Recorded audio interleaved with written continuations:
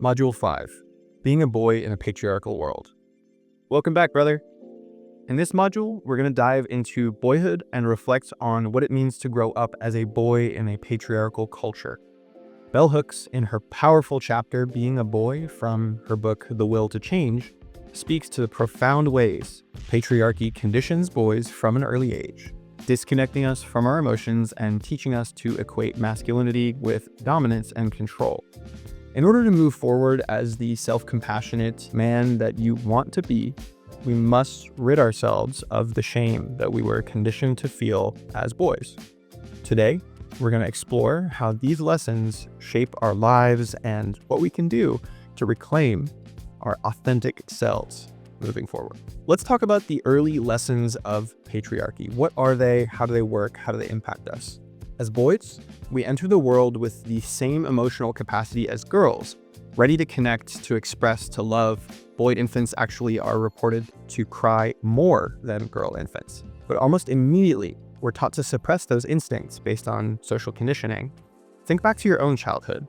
How many times were you told, stop crying, man up, or don't be soft? Or how many times did you hear that reverberated around society, school? These messages aren't harmless. They're the foundations of what Hooks calls psychological patriarchy, a system that conditions boys to reject half of their humanity in the name of being a real man. While this conditioning starts early, it is often most dominant in our homes. We're taught that expressing vulnerability or tenderness makes us weak. Anger, on the other hand, is often encouraged or tolerated. This is the first lie patriarchy tells us, that our worth as boys depends on how well we can suppress our emotions and then assert control. Boys are often rewarded for acting out or displaying aggressiveness, but scolded for crying or being tender. So what's the cost of this conformity? Hooks writes about how this system of domination robs boys of their emotional selves, and when we learn to equate our masculinity with power, achievement, and toughness, there's a huge cost. And this cost is that many of us grow up feeling disconnected, not just from others, but from ourselves. And for many men, we don't realize we feel disconnected from ourselves. But this disconnection manifests in different ways: depression, isolation, violence, and struggles to form meaningful relationships, sometimes substance abuse. We see this damage everywhere. Boys are more likely to be diagnosed with behavioral disorders, struggle in school, or act out violently. These aren't random occurrences. They're the outcomes of a culture that prioritizes dominance over connection. Hooks calls this normal traumatization. It's the pain we're taught to ignore, the vulnerability we're told to suppress, and the humanity that we are conditioned to reject. When I reflect on my own boyhood, I can see the impact of these lessons. I remember being extremely sensitive and joyful, wanting to express that giddy, giggly happiness, wanting to cry when I was hurt or share my fears. However, over time, I learned that those expressions weren't acceptable. My father often told my mom to keep me in my crib when I was a crying baby because I needed to learn that crying wouldn't solve my problems. He wanted to toughen me up before I even had the ability to speak and understand. And there were other instances where my father would encourage me to ignore physical pain and hope that that would make me tougher and make me the man he wanted me to be.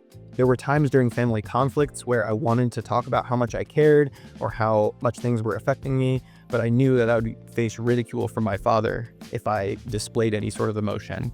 And this really changed my life and for years shaped how I interacted with others and how I saw myself.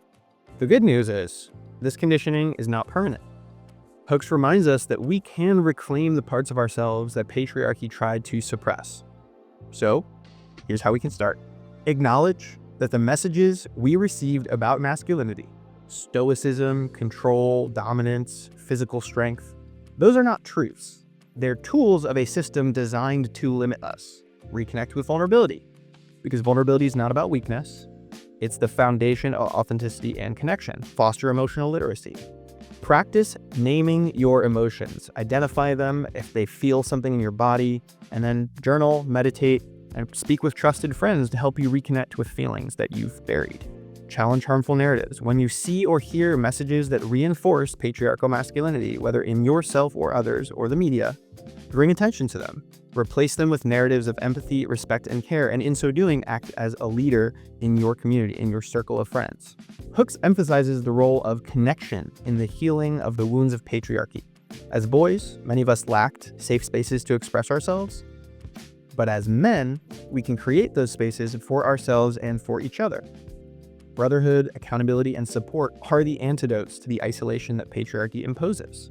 Take a moment and imagine what it would feel like to be surrounded by men who encourage you to be your full self, who value your vulnerability, celebrate your emotions, and challenge you to grow. That is the vision that we're working towards. All right, time for an activity. Get out a sheet of paper or your journal. Take some time to reflect on your boyhood. Here are a few questions to guide you. What messages about masculinity did you receive as a child? Who taught you those messages and how did they shape you? If it wasn't a person or people, was it media? Think of a moment when you wanted to express an emotion but held back as a boy. What stopped you? And do you remember how it felt to intentionally suppress that emotion? Next, what steps can you take today to reconnect with your emotional self? How can you begin to unlearn the lessons of patriarchy? Maybe it's by taking this course. Write down your reflections, and if you feel comfortable, go ahead and share them in the community forum. By sharing, you're not only reclaiming your own voice, but you're inspiring others to do the same, because when one man works, we all work. Reclaiming our boyhood selves is a radical act of healing.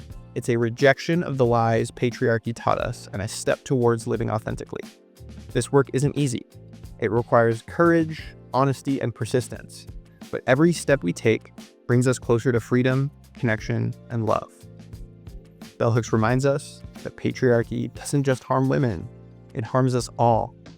By breaking free from its grip, we reclaim not only our humanity, but also our ability to truly connect with others. So together, we can create a culture where boys and men are free to feel, to love, and to thrive. Thank you so much for diving into this work. By reflecting on your boyhood and the impact of patriarchy, you're taking an important step towards healing and growth. Remember, you're not alone in this journey. We're doing this work together as a brotherhood. Let's keep moving. You got this, brother.